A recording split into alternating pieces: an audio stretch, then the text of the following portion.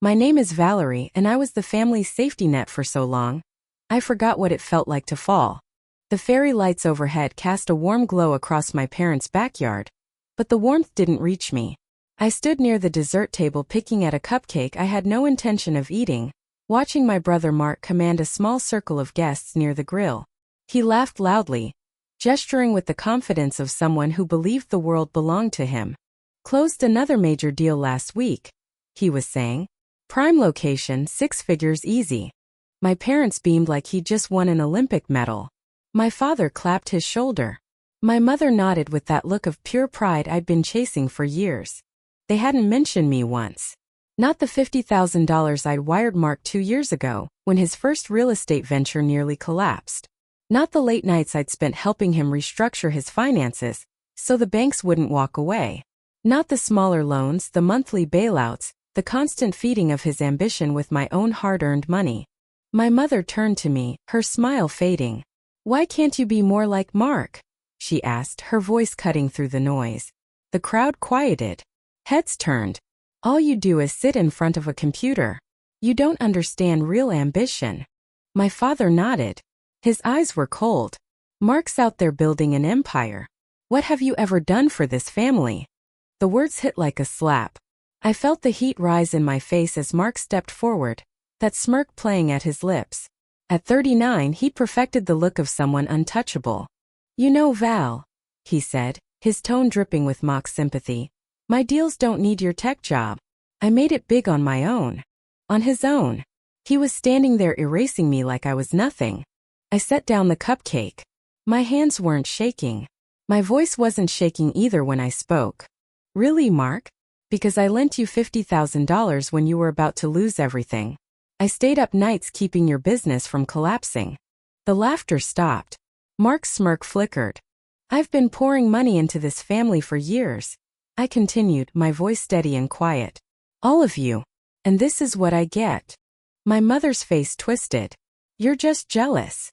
My father stepped forward, his voice booming across the yard. "Get out, Valerie. Nobody wants you here." The words echoed. The crowd froze. The fairy lights suddenly felt too bright, too exposing. I could have crumbled. I could have apologized, begged them to understand. But something shifted inside me in that moment. Something broke and reformed into something harder. I looked my father in the eye. "All right. I'll leave. But the loans, the investments, the money, you're on your own." My mother gasped.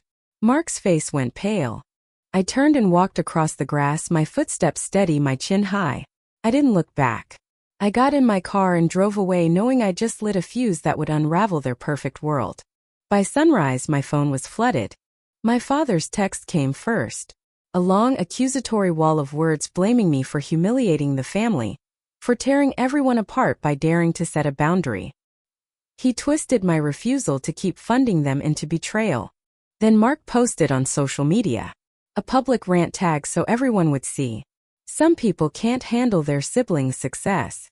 Too jealous to support family." The comments piled up. Strangers called me petty.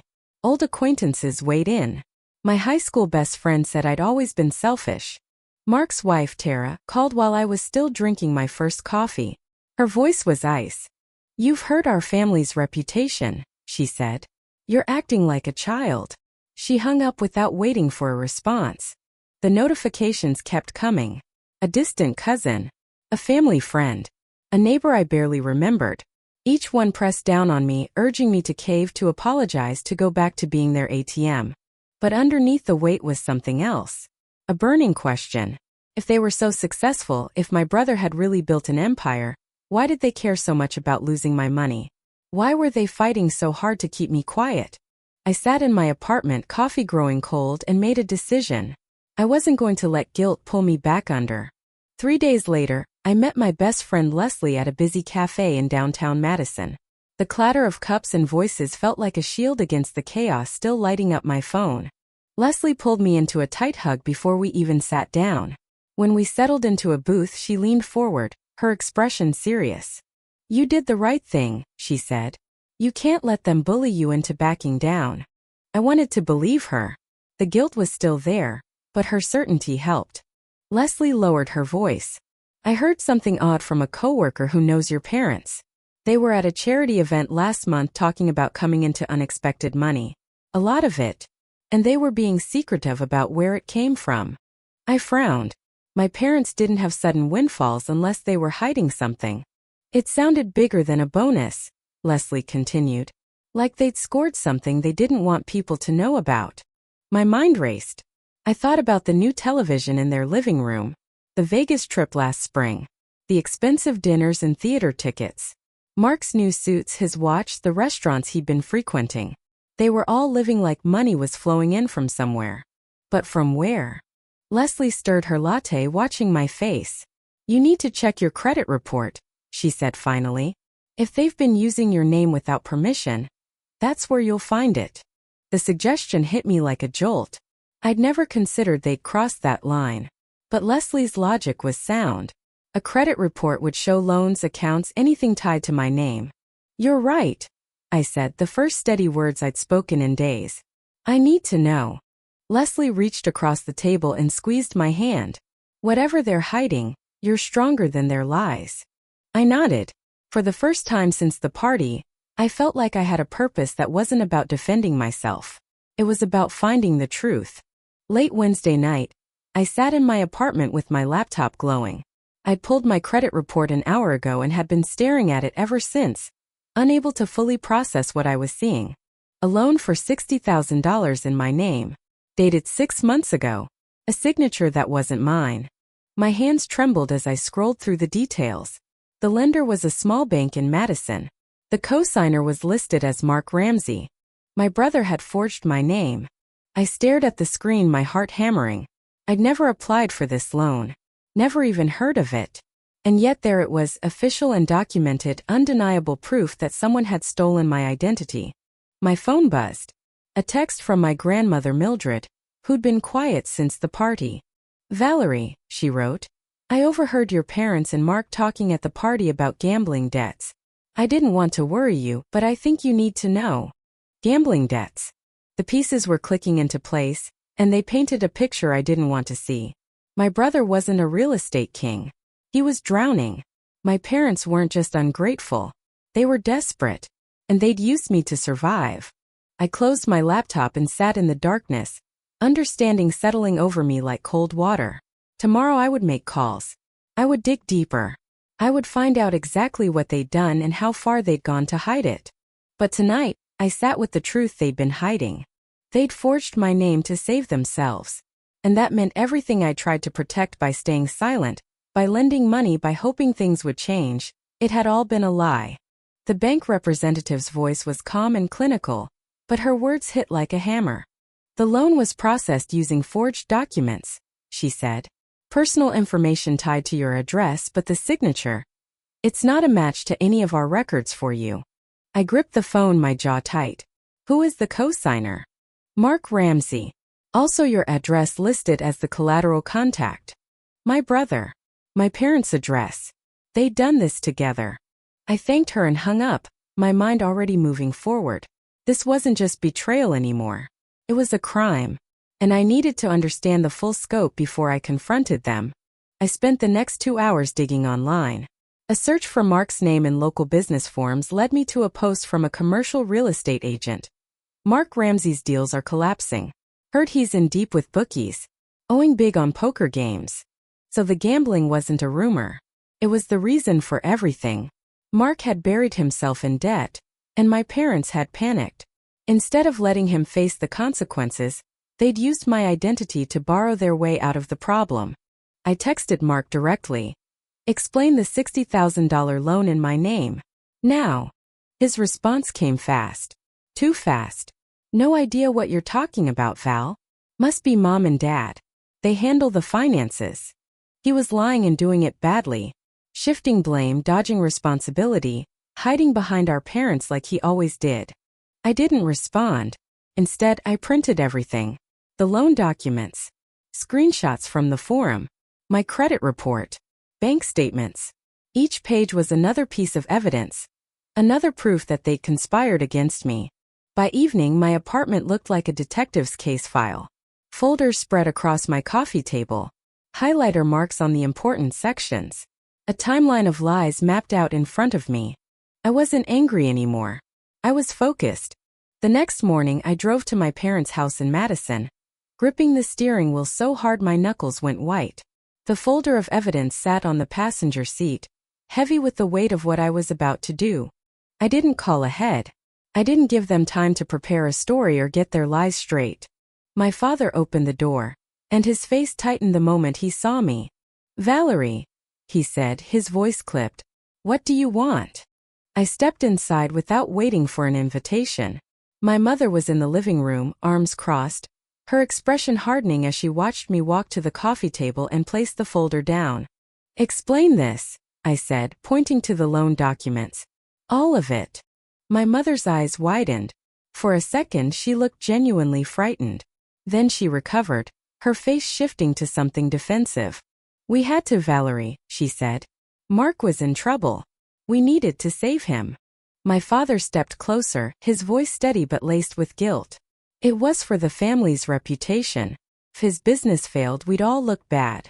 We did what we had to do." "Save him from what?" I asked, my voice sharp and clear. "His gambling debts? The bookies? The poker games he's been losing at for months." I opened the folder, spreading out the bank statements, the forum screenshots, the evidence of his financial collapse. "You forged my name to cover his mess," I continued. "You put my future at risk to hide his failures. That's not family. That's theft." My father's face reddened. He opened his mouth, but I held up a hand. "No," I said. "You don't get to talk your way out of this. I trusted you and you used me." My mother stepped forward, her voice shifting to something softer, more manipulative. "Valerie, please," she said, her eyes glistening. "Family helps each other. You're supposed to support us." "Family doesn't forge signatures," I said flatly. "Family doesn't steal from each other." My father tried again, his tone heavy with guilt. "If you really cared, you'd help us fix this. We're your parents." Their words were a familiar pattern. The guilt trips and emotional manipulation that had worked on me for so long. But not today. "I'm done," I said, my voice steady and final. "I'm reporting this to the authorities. The loan fraud, the forged documents, all of it. You'll hear from the bank and the police." My mother's mouth opened, but no sound came out. My father took a step toward me, his voice dropping low. "You turn on your own family?" he asked, as if betrayal was a one-way street. I met his gaze without flinching. "You turned on me first." I gathered my papers, leaving the folder on the table as evidence of what they'd done. I walked to the door, and as it clicked shut behind me, I felt something release inside my chest. The weight of their expectations, their manipulation, their lies, it was finally mine to put down. A month later, I drove past my parents' house and barely recognized it. The lawn was overgrown. A foreclosure notice was taped to the front door. The bank had seized the property after my parents failed to make payments on their loans, including the one they'd forged in my name. The house where I'd grown up was now an empty shell. Word spread quickly about what happened next. Mark's real estate empire, built on borrowed money and gambling losses, crumbled completely. He and Tara had moved into a cramped rental apartment on the outskirts of Madison, a world away from the lavish lifestyle they'd flaunted. A letter arrived from Tara a week later. Her handwriting was tight, angry. "Valerie, you've ruined our lives," she wrote. "Your selfishness destroyed everything." I read it once and filed it away. She'd chosen to stand by a man who'd forged his sister's name to save himself. Now she was paying the price for that choice. My phone rang that evening. It was my grandmother, Mildred. "You did what was right," she said, her voice warm but firm. "They thought they could use you forever, but you stood your ground." "It doesn't feel right," I told her honestly. "It feels necessary." "That's what doing the right thing feels like," she replied. "Sometimes it's not comfortable, but it's honest." A formal letter from the bank arrived soon after. The fraudulent loan in my name was under investigation. Authorities were looking into the forged documents. I'd been cleared of all liability. The investigation would proceed without my involvement, but the consequences would be theirs to bear. My cousin Shane texted me one afternoon. He'd been quiet at the party, mostly on his phone, but his message showed he'd been watching. Val, I owe you an apology, he wrote. We were wrong to dismiss you. I see now what they took from you. I didn't respond, but his words settled something in me. The truth was breaking through. People were starting to see what had really happened.